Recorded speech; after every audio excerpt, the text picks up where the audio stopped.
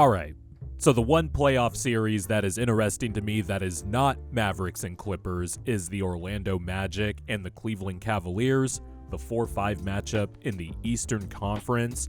And it's interesting for a number of reasons. One, congrats to the Magic on a great year, a very young team, a hellacious defense, which is also really impressive because, again, they are a young team.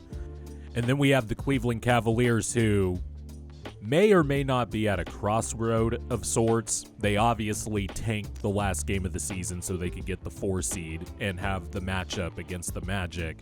But I don't think this is the gimme series that the Cavs think it's going to be.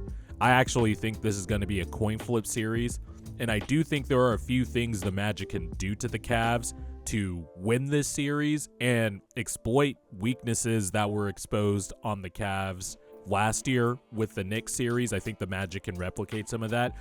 But I do think the Cavs have some answers to at least move around the Magic defense a little bit and also take advantage of the fact that the Magic, just for the 40th year in a row, are just not a very good offense. I'm joking, but the Magic seriously are, 22nd? They finished 22nd on the year in offensive rating. But let's get to a few keys. One, let's talk about the team since the All-Star break, because the Magic, since the All-Star break, had been one of the better teams in the NBA. The Magic have had the number 1 defense since the All-Star break, finished the year 2nd in defensive rating per Cleaning the Glass. And the Cavaliers, they're the 6th ranked defense, had a hot 2 months, but since the All-Star break have just really been uneven. 12-17 since the All-Star break.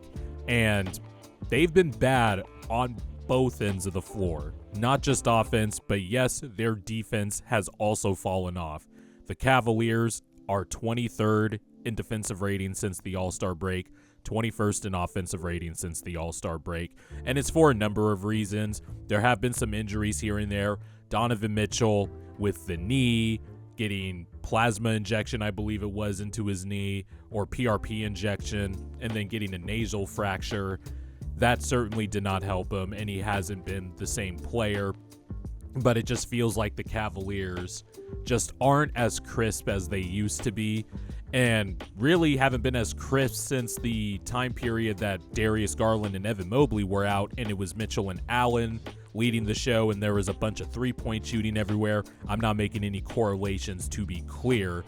I'm just saying that the Cavaliers simply as a unit have not been as crisp on offense, but the surprising thing is their defense, because if their defensive trend continues in this series and they give a Magic team who does not have a lot of shooting and does not take a lot of threes more opportunities to score, I think the Cavaliers could be screwed here. Now, some of the keys I want to mention, one is just that how healthy is Donovan Mitchell going to be going into this series? Because if he is not 100%, the other guys have to pick up the slack. And really, this is a bellwether series for Darius Garland and Evan Mobley, because the concept and the theory behind the Cavaliers is they have a very good starting 4, a core 4 of Garland, Mitchell, Mobley, Allen. Allen made the All-Star team. Garland has made the All-Star team. Mitchell is a perennial All-NBA candidate. And Evan Mobley is one of the rising young bigs in the league. Even though his offense hasn't developed as far as I would have liked so far in his career, I still think is a really good player, and I have a lot of Evan Mobley stock, and he's one of the elite defenders in the world. And this is the series for Garland and Mobley to step up. Mobley is going to have to guard Paolo Banchero. He's going to have to utilize his length. And on the other end, when the Magic inevitably sag off of Mobley or give him room and basically dare him to beat them via shot creation with, Mobley's own shot in the mid-range or taking a little bit more threes, which Mobley has been doing recently, Mobley's going to have to take advantage of that. And Darius Garland, and I want to give him some grace here because he has been injured a lot this year. This is also like the second season in a row where Darius Garland just keeps getting hit in the fucking face all the time. I really don't know how that keeps happening, but it does. And Garland, he has had a down year. There's no other way around it. And yes, injuries play a part in that, but Garland just isn't as efficient, and it just seems like with Mitchell's rise, he's clearly the best player on this team. I don't know what's going on with Darius Garland, but if Darius Garland can get back to last season's form somewhat or capture at least 25% of that, I think that strengthens the Cavs' chances of beating the Magic in this series. And Mobley and Garland are going to have to step up in this series because Mitchell, I don't think, is going to be 100%. The Magic's defense is big, it's physical, there is size across the board, and the matchups are very exciting too. The Cavaliers starting five of the Twin Towers with Garland, Mitchell, and Max Strus. It's not good offensively, but it's still good. I wouldn't say not good offensively. They are middle of the road offensively, much like the Magic starting five. And it really just depends on who is able to grease the wheels on their offense just enough to squeak by in this series. And for the Cavaliers, that means probably they're going to be playing lineups with Mobley or Jarrett Allen on the floor as the sole big man. Because since Mobley came back from his knee surgery, JB Bickerstaff has been staggering Jarrett Allen and Evan Mobley more than ever before. And going with, when Dean Wade was healthy, Dean Wade at the 4, Niang at the 4. And then you put shooting and ball handling around that, and I think that's one way to get the Cavs offense going. For the Magic, it's going to be destroying the Cavs on the offensive glass and getting to the free throw line. The Magic were the second best team in terms of free throw rate per cleaning the glass, and they had the 7th highest offensive rebounding percentage in the NBA, while the Cavaliers allowed the 7th highest opponent offensive rebounding percentage. So there's an opportunity for the Magic, who are big across the board. The Magic really don't have like a rebounder that's averaging over 8 rebounds a game. That's the crazy thing with the Magic. They are just big across the board between Suggs, Gary Harris, Franz, Paolo, and Wendell Carter Jr. They're not only big, they're long, and they're wide. Wendell Carter Jr., 270. Paolo Banchero, 250. Franz Wagner, 225. Gary Harris, 6'4", 215. Jalen Suggs, 6'5", 210. Mobley and Jarrett Allen are really going to have to hold their own on the glass, because if they don't, with the Cavaliers' collective size on the perimeter, because I do think across the board on the perimeter, the Cavaliers are smaller than the Magic. The Cavaliers are just going to have what happened to them last year in the Knicks series happen again this year. And Paolo Banchero and the Evan Mobley matchup is fascinating because there were times in the first Cleveland game, at least, Banchero just moved Mobley and Allen out the way en route to 42 points. But then there were times like in the last Magic win, the 4th game in the regular season, Banchero was, held in check, 4-15. And I thought Mobley and Allen defended him well in that regard. So it's just going to be a fascinating matchup all around. Also wonder for the Magic just how inclined they are to shoot open threes, because the Cavaliers are going to give it to them. They're going to say, Gary Harris, go ahead. They're really only going to be worried about Jalen Suggs. When it comes to the starting lineup, at least, I'm sure there's going to be some times where Joe Ingles will come in, maybe hit 2 threes a game. But for the main guys of Banchero, Wagner, Harris, Carter, Jonathan Isaac, who I also think is going to be a big X factor in this series, they're going to have to take and make their open threes. On the other end, I imagine the Magic are going to do the same thing when it's Mobley and Mitchell or Garland dribble handoffs. The Cavaliers are going to have to prepare for the fact that the Magic are going to sag off of Mobley or Allen. They're going to try to make Mobley eat up the space and try to beat them over the top.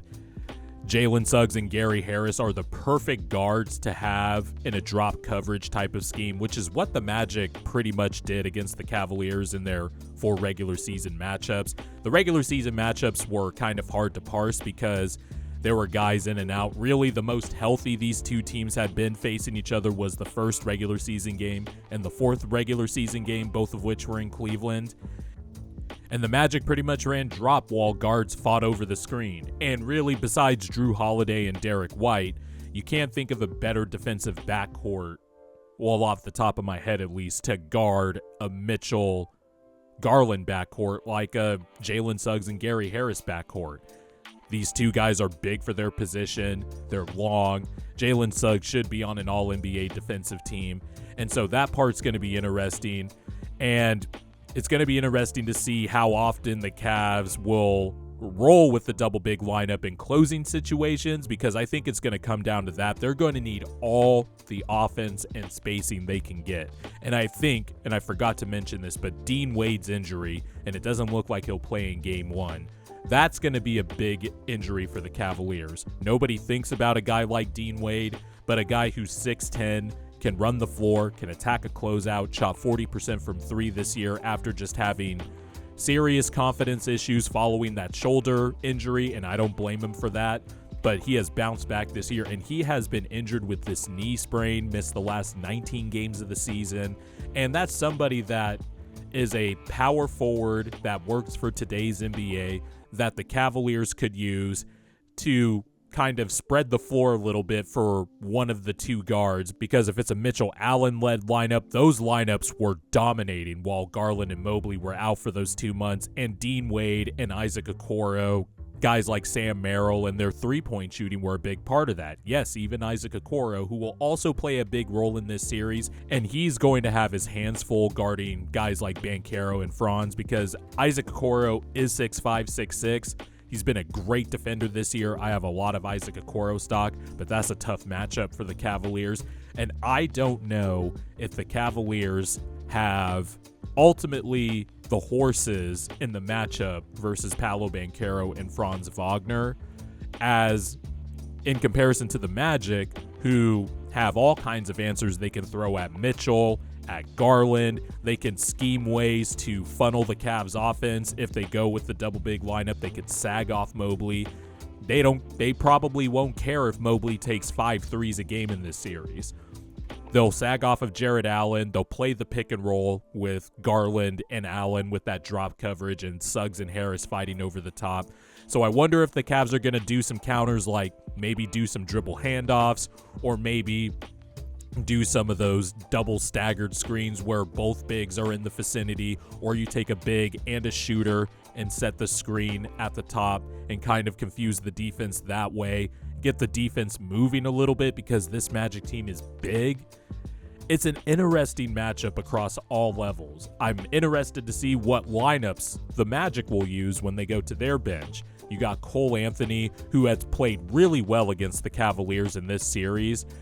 And I also think this is going to be a big series for Mitchell and Garland on the defensive end, because while the Magic's guards, they are not as high in the pecking order as Banchero and Franz, those guys play hard on both ends of the floor. You're going to see Suggs and Harris crashing the offensive glass. Jalen Suggs is probably going to get some minor injury just playing his ass off and going for the ball in a place where he probably shouldn't go for the ball, and probably make Magic fans go, no, why? But that's Jalen Suggs, man. He plays his ass off. Gary Harris plays his ass off. Markelle Fultz, long, shifty, can get into the paint still. Still has a nice midi, but they're probably going to be okay with Markelle shooting threes. And then some other interesting things like, will J.B. Bickerstaff be more inclined to go with a lineup with 3 ball handlers with LeVert, Mitchell, and Garland, just to get some offensive juice going in case the Magic muck the game up? This is really a game for the Magic to exert their physicality, because I just think across the board they're bigger than the Cavaliers. The Cavaliers might have the Twin Towers, but I'm telling you, this team is full of dudes. The Magic I'm talking about. The Magic are full of people that are 6'4" or 6'5" and above, with the exception of Cole Anthony. And a lot of the Magic's main rotation players at the forward spots, they are 6'10" and above, can move their feet on the other end of the floor, and guard the quicker perimeter players. That's why the Magic have the second-ranked defense. Their defense has just been incredible this year. Head coach Jamal Mosley deserves all the credit in the world, because young teams typically are not good on the defensive end of the court.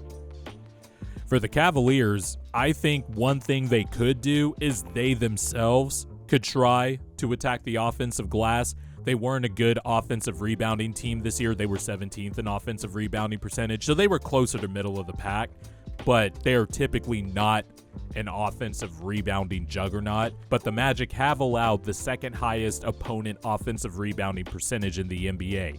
So this is a chance for the Cavaliers to at least have Mobley, Allen, Tristan Thompson exert themselves on the glass and have their will felt in this game that way. That way they can at least generate a couple of extra possessions, because I just think the Magic are going to muck this game up. And I think with the way the Cavaliers have been playing defense lately since the All-Star break, I just think the Magic can find ways to scrape together extra offensive possessions in the event that their lack of shooting does creep up. I think the Magic's offense can sustain itself. And also, don't be surprised if Franz Wagner starts shooting really well from three in this series. He's had a down year shooting the ball, 28% from three, and I think the shot just looks a little bit rushed. It's not as fluid as it was the first 2 years. Franz shot 35% from three his rookie year, 36 his second year last season, and this year it's just been all over the place. But the playoffs can be a funny thing, and Franz can easily progress back to the mean and give the Magic at least a few extra points a game just by making a couple of threes. To me, it comes down to Mitchell's health, the Cavaliers lineups with the single big out on the court versus having the Twin Towers to get some more spacing and shooting. And on the Magic's end, generating threes, generating free throws, and while they are a good spacing team, not a good shooting team, there is a difference. I do think the Magic need to hit some of their open threes, but both of these teams know how to play in the tight confines of the interior with the way their lineups are set up. I expect this series, I expect like 4 or 5 or 6 of these games to be low scoring. Like I'm talking 90 to 85, 90 to 95 type scores. But I really think this series is a toss-up, man. I think both teams have things they could do to exploit the other team. I do think the Magic have some qualities that they can use to replicate what the Knicks did to the Cavaliers last year and pound them on the offensive glass, pound them into submission, driving into the paint and getting into the free throw line. Meanwhile, I do think the Cavs have a lot more shooting than they did last year, and it's going to be interesting to see what JB Bickerstaff does mixing and matching these lineups to have enough offense out there while also not having a bunch of targets out there for the other team to attack defensively. So it'll be an interesting series. I don't think this is a gimme series like the Cavs were hoping for, considering that they tanked for the 4th seed. This is a big series for the Cavs, by the way. If they are out in the first round, you better be prepared for a different Cavs team. And I know Cavs fans don't want to hear that. I know they've heard the national media talk about this all year, but it's true. There's going to be changes if the Cavs fail to get out of the first round, which is what Zach Lowe mentioned. It was another reason why he thought the Cavs went for the 4th seed, because they do have expectations this year. This is well known all year. They want to get out of the first round. They had an embarrassing first round loss last year, so maybe they're prioritizing the series win versus getting a high seed and then still losing in the first round. To me, just play the team that's in front of you, man. But regardless, I still think this is going to be a fun series. But if you had to make me pick, which I do have to pick, obviously, it's a basketball channel, but I'm picking Magic in 6.